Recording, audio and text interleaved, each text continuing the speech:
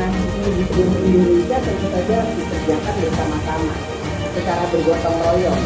Tidak bisa hanya pemerintah pusat, tidak bisa hanya pemerintah daerah, tidak bisa hanya TNI Polri, tidak bisa hanya sendiri-sendiri. Makanya harus bersama-sama.